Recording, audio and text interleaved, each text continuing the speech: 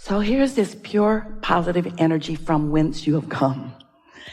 This pure energy that is love, that is knowing, that is stability and confidence, that is pure positive energy, in that no resistance that you could discern from your physical environment. In other words, it's a purity. It is a pure, non-diluted, non-contrasted, not slowed down in any way, therefore powerful vibration. This is the energy that creates worlds. And that's who that part of you is. So that larger part of you, now contemplate the law of attraction responding to that larger part of you. Oh, feel for just a moment. Try to contemplate what that means in terms of your expansion, in terms of your blessedness, in terms of your power to become. So here's this law of attraction responding to this non-physical energy of you, calling all cooperative components to your desires, not to the trouble that caused you to want it, only to the desires.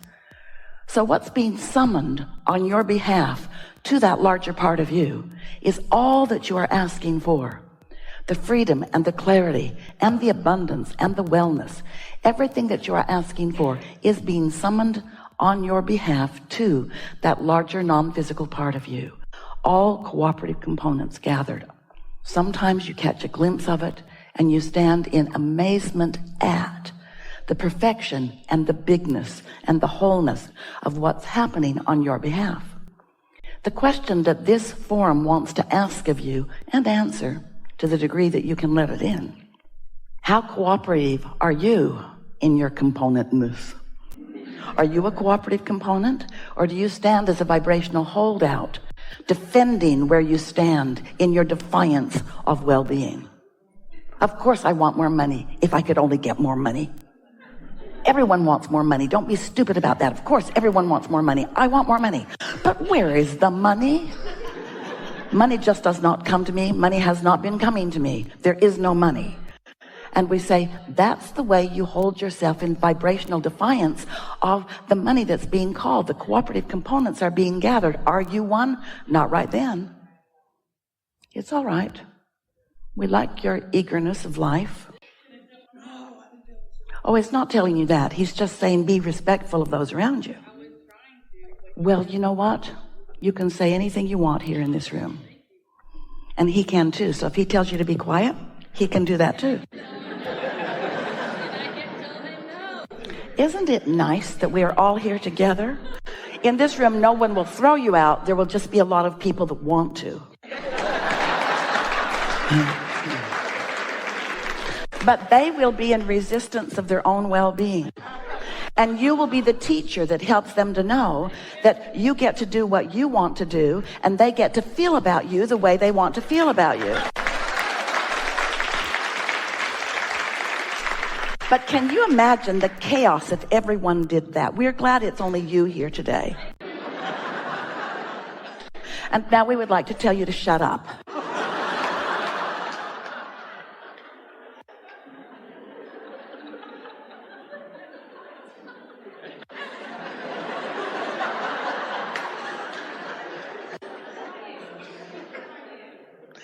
It's all right. It's all right.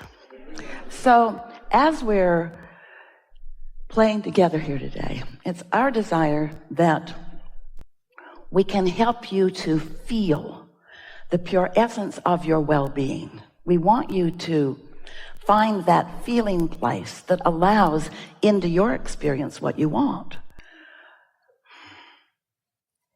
Esther it was a wonderful experience for her. She was standing with a group of a lot of people to board an airplane in Barcelona the other day. And she had a first-class ticket and was standing in that queue ready to get on. And the gate agent was calling for anyone who needed extra time to board. And so quite a trail of people were doing that. And so on they were going and on they were going. And the boarding had been delayed. And so everyone had been standing in the area, hundreds of people. It was a big aircraft for quite a while. And as this stream of people were boarding, there was a woman standing a few people behind Esther. And she was annoyed at all of the people who were getting on the airplane ahead of her, even though she'd paid a lot for her first-class ticket and her priority boarding. She was like you in that she was uttering it out loud. She felt the injustice of it, and she was saying out loud, really loud, like you. She was saying, why are they getting on early? I don't see a wheelchair. I don't see a crutch. I don't see a cane. I'm 75 years old, she said, and I'm not boarding early. Why is she boarding early? Well, what's wrong with that one? And Esther didn't know if there was anyone with her, but if they were with her, they weren't letting it be known. So she's spewing her discontent. It was a hurricane of discontent.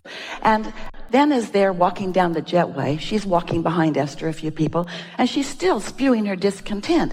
She's looking for someone to agree with her, and no one would even look in her direction. Esther, who often will support anyone in anything, kept moving further and further away from her because she did not want to be associated with her. And when they got on the aircraft, she was still telling anyone who would listen, which was no one. Even the flight attendants who she thought were paid to listen to her were not really listening to her. In other words, she was having a hard time. And Esther sat in her seat and thought, this is the best example I've ever seen of what Abraham is talking about, of when we are spewing this hurricane of protest and discontent, how it affects those around us in a very visual way. But this is the way the entire universe works, because when you want something but are protesting the absence of it, instead of getting what you want, you get more of the absence of what you want. It was such a good demonstration of how it all works. And then Esther thought to herself, I've thought some of those same thoughts. Sometimes I wonder, why are you getting on early? I'm just not as honest as she is. I'm just more concerned about what other people think about me, which is not necessarily a good thing, is it? Uh-oh, we stirred you up, didn't we? So, whether you're saying it out loud or whether you're just thinking it, you're emitting a vibration about it. And the vibration of protest that you emit is in the way of you letting in the very thing that you've asked for. And that's why the protest feels like negative emotion. Because when you feel negative emotion, it means that the larger part of you is summoning on your behalf something that your protest is not letting in. And it doesn't matter if it's a protest that's verbal and out loud, or if it's just a protest you're feeling. When you feel taken advantage of, or when you feel unappreciated, when you feel sorry for yourself, even if you have recent and valid evidence to feel that way, you still perpetuate a vibrational frequency that messes up, that gets in the way of, that hinders the well-being that is being summoned on your behalf. And that's what we mean by you not being a cooperative component to your own desires, to your own well-being, to the summoning that's been summoned, being continually summoned on your behalf. Do you know that when you want something, that desire is a calling, a constant calling? And if you wanted to feel good, you'd line up with it rather than stand in protest of it. And do you know what causes you to stand in protest of it? What causes you to stand in protest of it is your awareness of what is, what's already manifested, because you're always going to be in a state of asking for more. And if you've asked for more, then there's always something on the way. And if there's something on the way, then that means in terms of your physical manifestation, it hasn't arrived yet. And if you're standing in awareness of what hasn't arrived yet, then you're in the way of its arrival. You're slowing it down, and that's why you feel impatient. That's why you feel protest. That's why you feel that something's gone wrong. In fact, the very negative emotion that you feel is the strongest evidence that you have that something is coming to you that you've asked for. And at the same time, you're not letting it come. Why? Why aren't you letting it come? And the answer is because you've been not letting it come for so long. And why is that? Because You are so enamored with the manifestations that surround you because you mistakenly think that that's who you are and that is life, or that that's all there is to life. When what is manifested is old news. Because what's active and what's becoming and what's now and what is your current point of attraction is happening over here in your vibrational reality. Your vortex is where it is. Your vortex is calling everything to that point, and you want to do everything in your power to be one of the cooperative components that gets to that point too. You don't want to be the vibrational holdout. You don't want to be the one who's so sure of how much money you've got in the bank that you don't let any more in. You're so sure of this is who you are, and this is what your plight is, and this is how it is for you. This is your life experience. You're so enamored with your life experience, and we don't mean enamored because you love every bit of it, and we get it. Because you like to see and hear and smell and taste and touch. You like these physical manifestations. And well, you should. You're out here on the leading edge of creation where all of that is visual and tangible and touchable and feelable and smellable and seeable and hearable. We get that. We like it too, but you can't be so interested in what you can do with your physical senses that you forget the most important sense of all. So when you understand that there is a vibrational reality that is really who you are, and that vibrational reality that is really who you are is working on your behalf at all times, and then you relax and try to move in the direction of that, you're going to hear a lot today about how to line up with who you really are. You're going to come to the place of really knowing who you are, of really feeling who you are. And then you're already doing it, but even more, you're going to have the delicious experience of witnessing your thoughts turning to things, your thoughts turning to the things that you've been describing. And we like that when your thoughts turn to things. We really like it. Oh, nothing is more exhilarating than to be on the brink of those manifestations, and then to be in such a conscious state of awareness that you recognize it in all of its nuances as it unfolds into your experience. Oh, there's nothing more delicious than being out on the leading edge of thought. That's why you are out on the leading edge of thought. But you want to tend to the vibrations that aren't quite on the leading edge, because if you don't tend to the vibrations that aren't quite out on the leading edge, then you never get to experience the deliberate leading edge creation. Everybody's creating, and everybody's creating in a leading edge way. It's just that a lot of people are creating a lot of things that they don't wish to create. And we call that creating by default. We call that creating by default.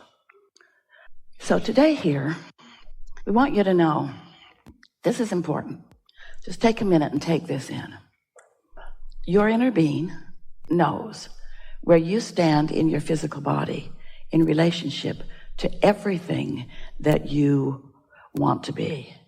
Your inner being knows that where you want to be and where you are, and knows the path of least resistance for you to get there. Better words, the path of least resistance. The path where your resistance is. The path of least resistance. The path where the least resistance of yours is.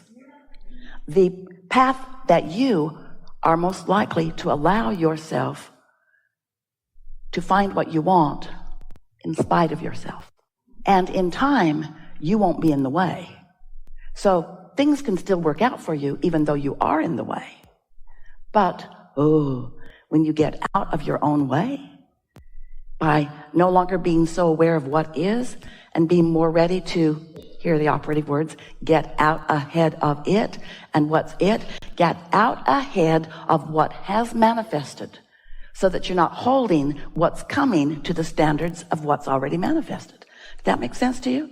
If you're so aware of what is, and what is produced a whole lot of more that you want, but you're so aware of what is, then even though source and the law of attraction and all that is in the process of bringing about what you've asked for, you don't let it happen. At least you don't let yourself be aware of it, because you're holding yourself in a frequency where you can't see it. So what you do as a deliberate creator is that you find a way to identify, isolate, calibrate your vibrational frequencies to what you want, So that it doesn't matter what you want is dominant, and what is will give way to what you want. That's how it works.